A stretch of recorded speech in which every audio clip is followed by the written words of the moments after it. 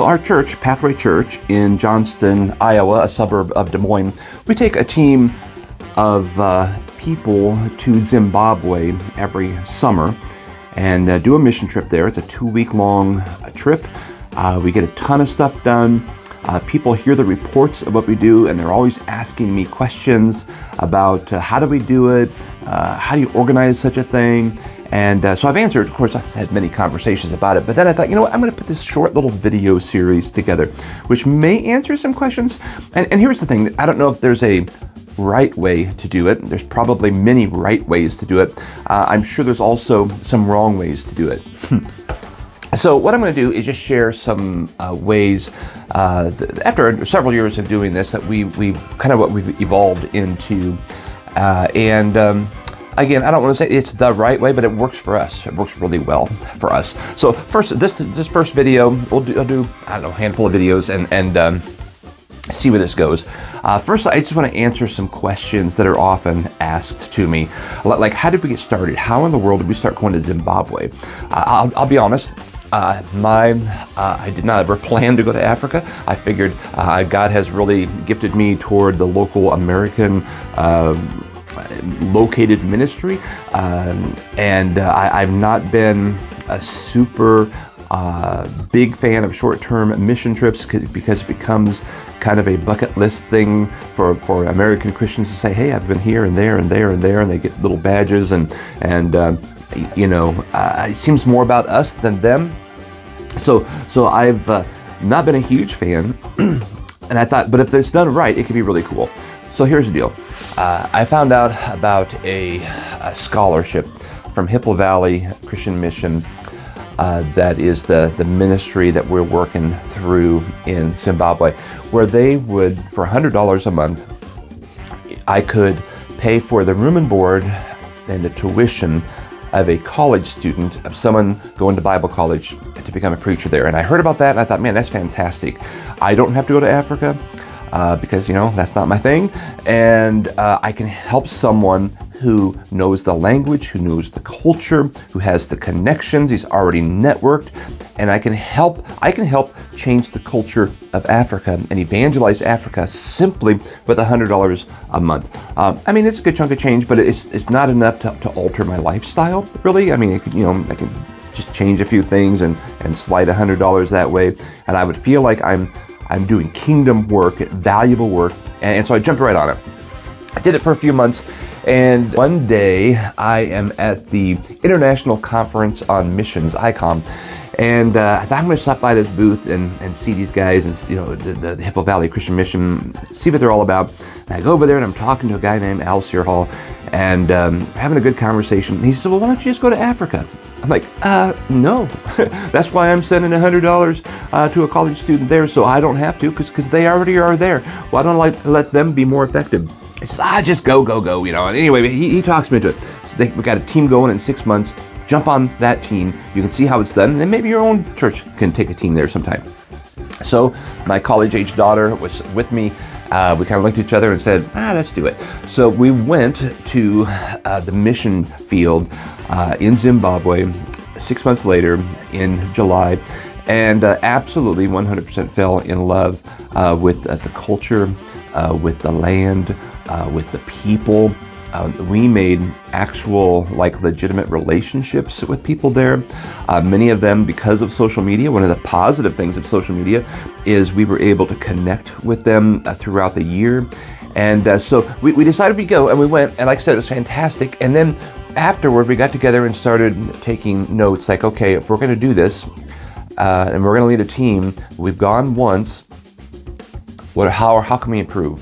How can we do this better? And we made all kinds of notes, and everything kind of took off from there. So that's the long answer to the question, how did we get started? Another question I get often is, well, why do short-term missions? I asked that myself before I did this. And here's what I've learned. Now, my answers are specifically to Zimbabwe. Like I said, I don't travel the globe. I don't have a bucket list of all the places I want to go, so I can say I did world missions. God has me in one place, Zimbabwe.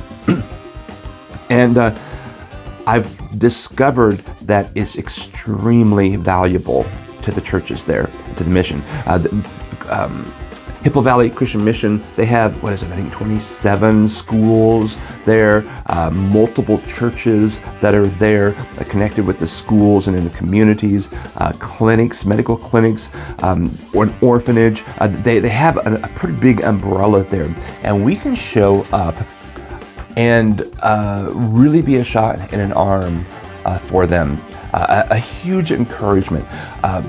How we do it, we don't do work that people there could do, right? We're not going to paint buildings. They could hire that done. I don't want to take away jobs from people that need jobs in Zimbabwe.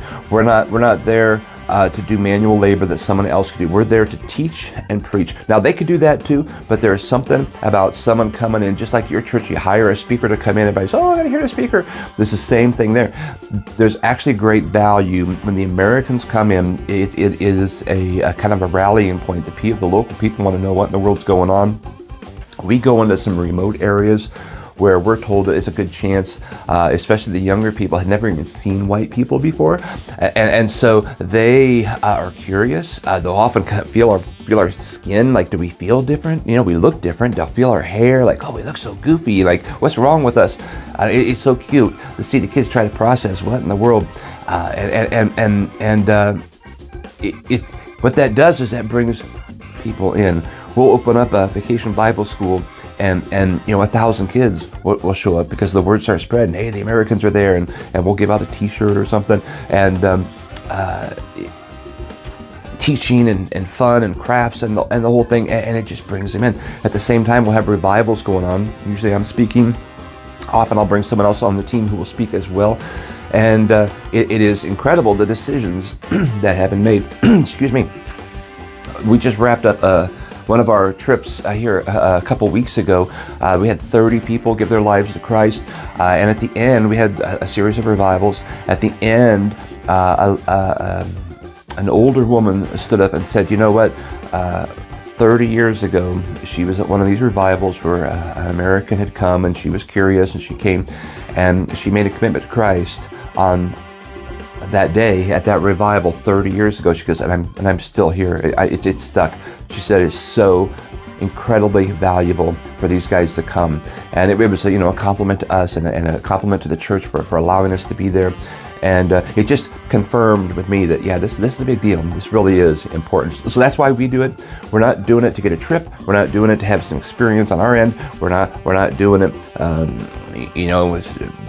just to do something. We're doing their mission work. We're doing kingdom work, and it's valuable. One of the questions I get, and I kind of answered this already, is why do you only do teaching and training type trips? That's all I will do. I will not participate, and I'm not slamming anybody else. I'm not criticizing anybody else, but we're not there to take people's jobs. We're not there to do things other people can do. We're not there, to save a house. We're there to save people. So we do teaching, we do training, we do vacation Bible school, we work with the children, we work with the women, we work with the men, we work with adults together. Anything we can do to train, disciple, and train up people to be more like Jesus or to know who Jesus is. I did a cool question and answer time with a group of pastors at this last one, where we were able just to talk about some of the issues they have, and we could share, well, this is our advice to it. And it was just a great time of building up. That's way better to me than painting a building, because the ripple effect from that lasts for quite a while. We're back in the States 2 weeks now, and I'm still getting pictures and reports from some of my friends there. Baptism's still happening, people still coming to Christ. The church building's full. People are on fire. And we were just kind of a catalyst to make that happen. That's why we don't go to paint or dig or build. We go specifically to do kingdom teaching, Jesus teaching. That's just our philosophy. Not saying you're wrong if you've done the other thing, but I won't participate in the other ones. Last question: why do you keep going to the same place? It is purely because of relationships. We want to have a lasting impact. In 1994, a long time ago, I went on a short-term mission trip to Taiwan, Hong Kong, and China. It was a great trip. It was fantastic. I don't know that anybody there remembers who I am. I don't know that there was any lasting effect from what I did. We worked hard. We did some cool things. It's a memory for me. I mean, that's it. In Zimbabwe, I have legitimate relationships with people. We communicate throughout the year. We're doing things. We planted a church a few years ago. We've gone back to that church and held a revival and helped it grow and did street evangelism in that community. We're building year after year on the things that we do. We're adding credibility to what we're doing, where we have relationships with the missionaries that are there, and so we can work together with them better because we've worked before, kind of like a basketball team. You can throw a bunch of players together. It takes a while for them to gel. That's what we're part of this team. It takes a while for people to gel. Now that we've gone back year after year after year, there's just conversations we don't even have to have because we already know it. You know, we know each other. We know if you're going to turn left or right. We just know, and it's just so much more effective. And I don't have any interest to go anywhere else. If God tells me, I'll do whatever. I'll do whatever He wants. But He has called us to Zimbabwe. So I would encourage you to find a place, wherever it is, wherever you have relationships, wherever God has laid it on your heart, and just keep going there and keep impacting that area. It's amazing the impact that you can have if you keep building on previous years. I've seen it myself, and that's why we do it that way. All right, that's it for this video. I'm going to look at some specific things about how to put this thing together here in the next other videos. They'll probably be a little shorter, and just to give you ideas, and we're going to go from there.